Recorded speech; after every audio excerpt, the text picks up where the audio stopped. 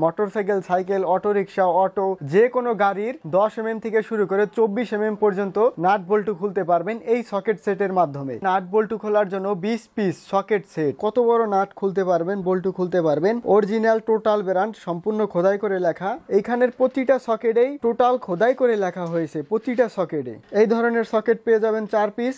এইখানে প্রেস করে আমরা এইভাবে সকেট ফিটিং করব, আবার এইটা দিয়ে আবার এইভাবে খুলে ফেলবো। এইখানে অসাধারণ একটি ফাংশন দেওয়া হয়েছে।